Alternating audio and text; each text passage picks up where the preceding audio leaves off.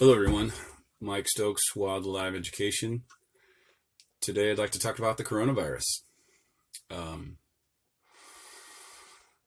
Obviously everyone's thinking about it, and I think there's two things that are very important. There's a website, I don't think I have it in front of me, but it marks out the statistics of what's happening around the world, like how many people die from the flu last year, which was, I think, approximately 20,000, and how many people are born, how many people die, and all the different giant measures of what's happening on the macro scale and on the planet Earth today. And the coronavirus is, in all probability, statistically, going to be negligible in its overall effect of death and illness on the planet relative to other things. Elon Musk has been chastised for saying that you're more likely to die in a car wreck than you are from coronavirus, but statistically he's correct. So as much as I think it's important to protect yourself and to not give other people coronavirus, especially elderly.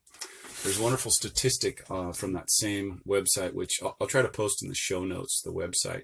And it showed the mortality rate for the coronavirus from zero to over 80. And basically, there's been zero fatalities if you're an infant up to 9 years old. And then it progressively goes up like 0.5% to 1% to 2% every decade. And then by the time you get into your 70s, it jumps dramatically to 7%. And then in your 80s, it jumps dramatically to 14%. So it is very dangerous disease for the elderly, not so dangerous for the young and healthy, and no danger at all for anyone under 9 years old.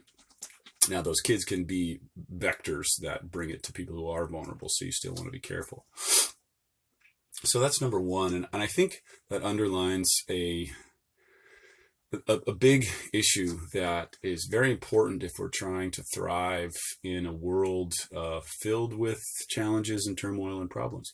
And that is that we are primarily emotional creatures. As much as we like to think of ourselves as rational, that's just not who we are. What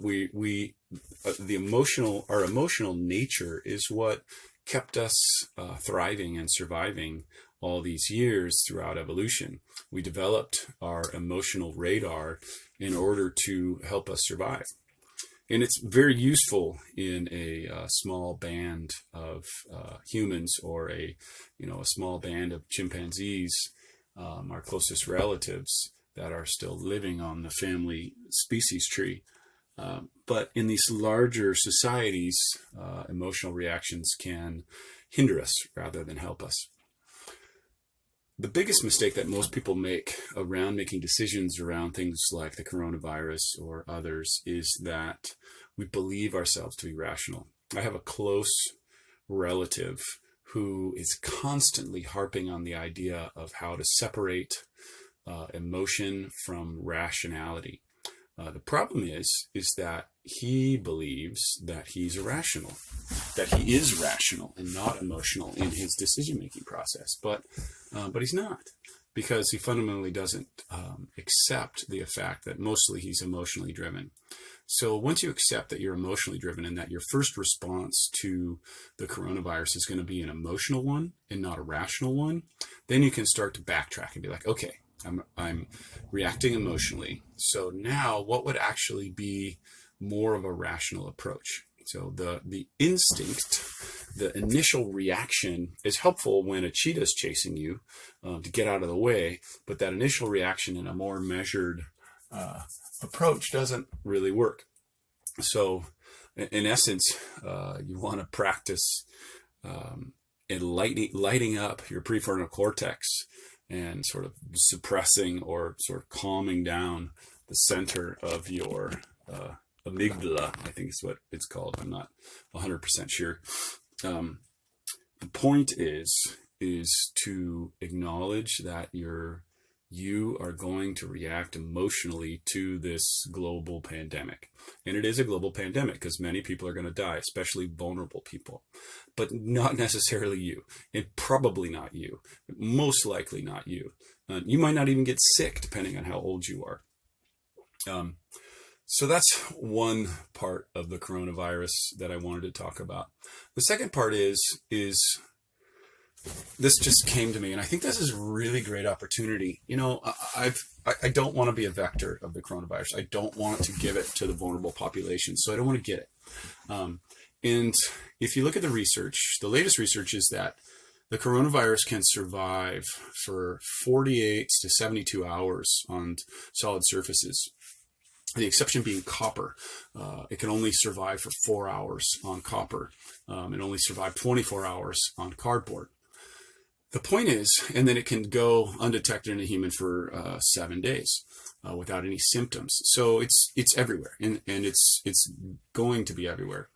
And the interesting thing is that if you really pause and you stop and start to observe the people around you, most people won't change. Most people, especially in democratic societies like the United States, will continue to shake each other's hands.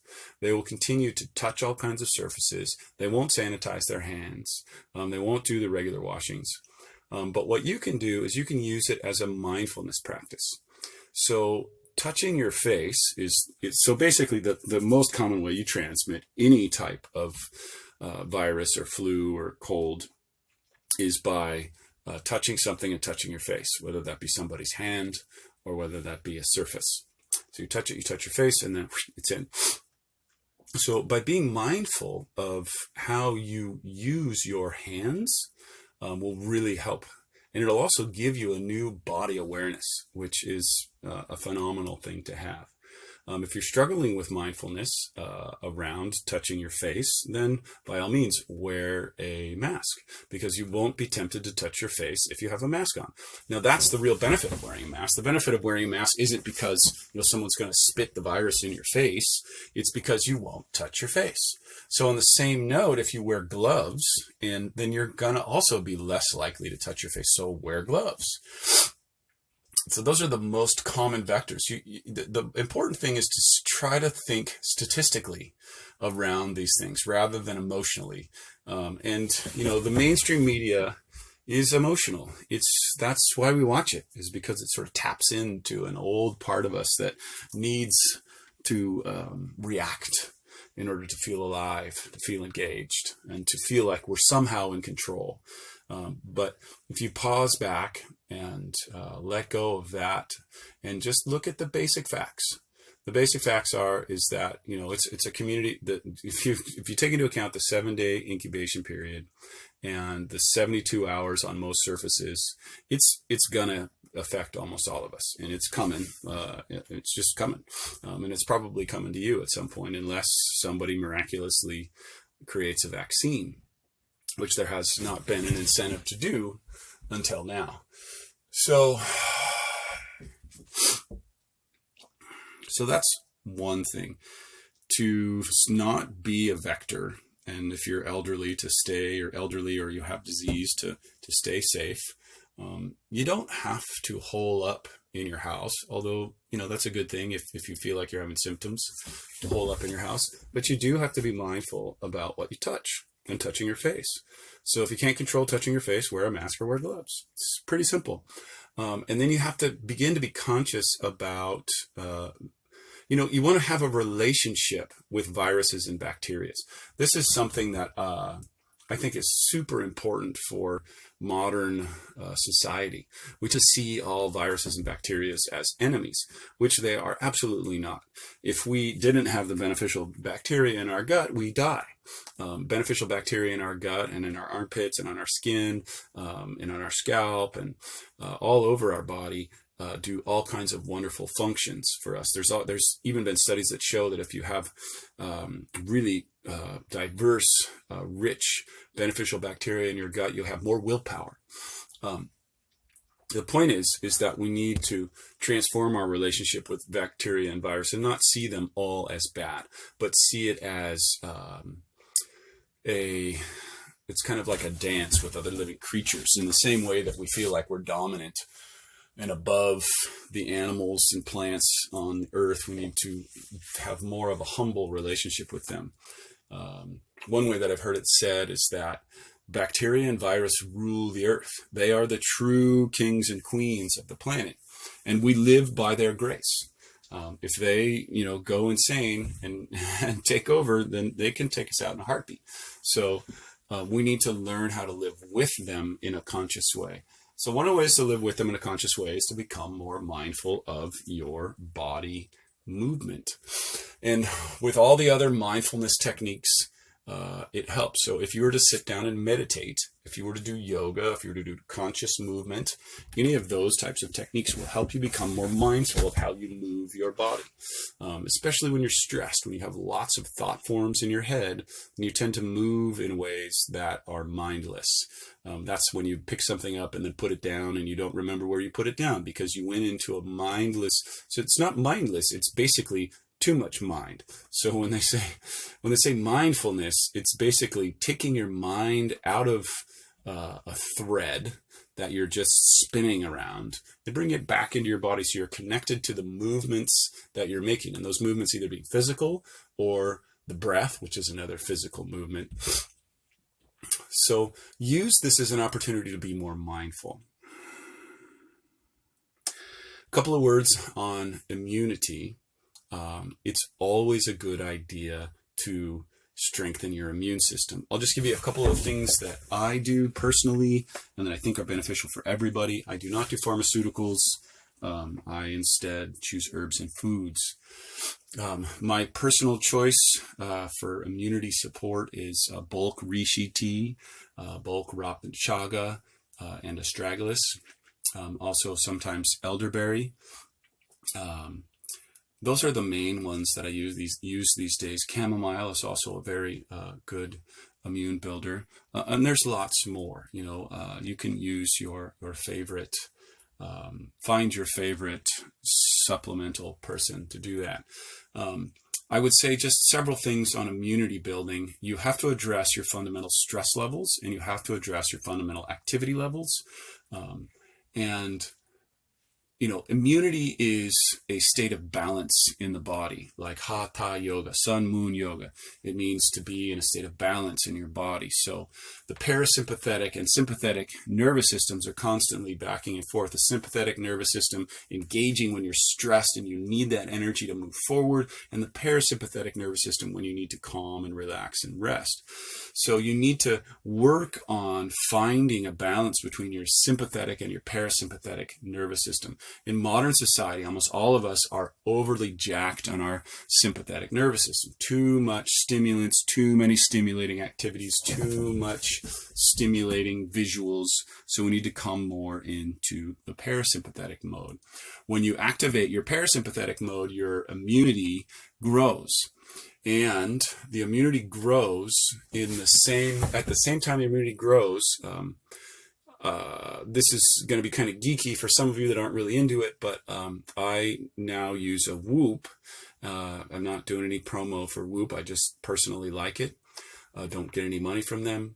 I use a Whoop, and the reason I use a Whoop is because they're very good on the heart rate variability measurement. And heart rate variability goes up when you're in better cardiovascular health, better overall health, and when your immune system is in balance. So when you start getting sick, your heart rate variability drops. And when you start getting well, your heart rate variability rises. So I've been very much enjoying tracking my heart rate variability and really being honest with myself and seeing that when I have a late night sugary snack right before bed, my heart rate variability drops and I have a lower resting and recovery rate. When I'm about to get some sort of flu or virus or cold, again, my heart rate variability drops as my body's trying to fight it off. So as you're doing your immune building activities, be that hanging upside down in an inversion swing, or yoga, or meditation, or running, or biking, or surfing, or hiking, or whatever your chosen thing is that most resonates with you. If you have a way to track it, and measure yourself. There's an old saying that says, what gets measured gets managed. And most people, other than professional athletes and, really fitness enthusiasts, don't really measure their overall wellness. So I recommend a heart rate variability measurement. There are other ways to do it. I'm just not really familiar with ones that work other than heart rate variability. And again, you don't need to do that. I just find that, or I think it's a tried and true principle that measuring something will tell you whether what you're doing to your body is actually working. It's very important to be honest with yourself and realize that if you're committed to health and fitness and vitality, that you're constantly experimenting on yourself. And unlike a scientist, you usually don't evaluate the results. And you usually don't go back and really check what didn't work, other than sometimes just giving up. Sometimes we sort of like, oh, that sort of felt better. And when it feels better, we keep going, sometimes if we have enough motivation. So the more ways that you can measure the way that the things that you're doing are affecting you, the better. Last thing I would say in closing is many people try to change too many things at once, like add 5 new supplements to your regimen, or try to, on New Year's Eve, try to work out 6 days a week, or whatever it is. You try to take on too much change or too many different types of change. So what I really know to be the most sustainable way to achieve long-lasting change is to change one small thing at a time. So add one small supplement to your regimen. Add one small exercise to your routine. Add one small cardio activity. Add one new type of meditation, and sustain those for a month. I think it takes a minimum of 30 days. The best way, be hard, but the best way to really achieve knowledgeable results of your own experiments on your own health is to sustain something for half a solar cycle or a full solar cycle before you evaluate whether it's really working or not. So I hope that's been helpful. Just to review, remember that you are entirely emotional. Your first reaction is probably not the way to go. You need to sort of back off, meditate, relax, hang upside down, do some yoga, go for a run, and then reevaluate. And then know statistically that you're likely not in much danger unless you're very elderly or very ill. And then also know that, I don't think I said this earlier, but you're going to be dealing with other people's emotional reaction. And it's very hard to go against the social pressure tide. So don't try to convince others of your newfound peace inside of the crisis. Let them have their crisis. Because you're probably going to lose that battle, and then they're going to think that you're snotty or something like that.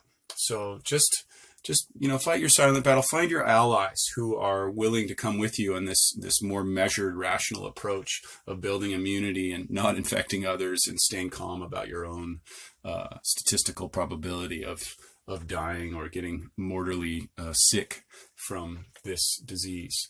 It's an unknown, and the unknown is always scary. I guess I have one more thing to say. There are going to be real financial repercussions to this. There already are, but those are not really from the virus itself. Those are all from the psychological reaction of the mass culture on planet Earth. So we're not looking at a pandemic that's going to destroy the world economy. What we're looking at is a reaction to a pandemic that could really tank the world economy. But that's all perceptions. So you don't have to be one of those people. You should be looking for opportunities to help other people and for opportunities to fulfill needs and to solve problems that will generate wealth and abundance for you and for others.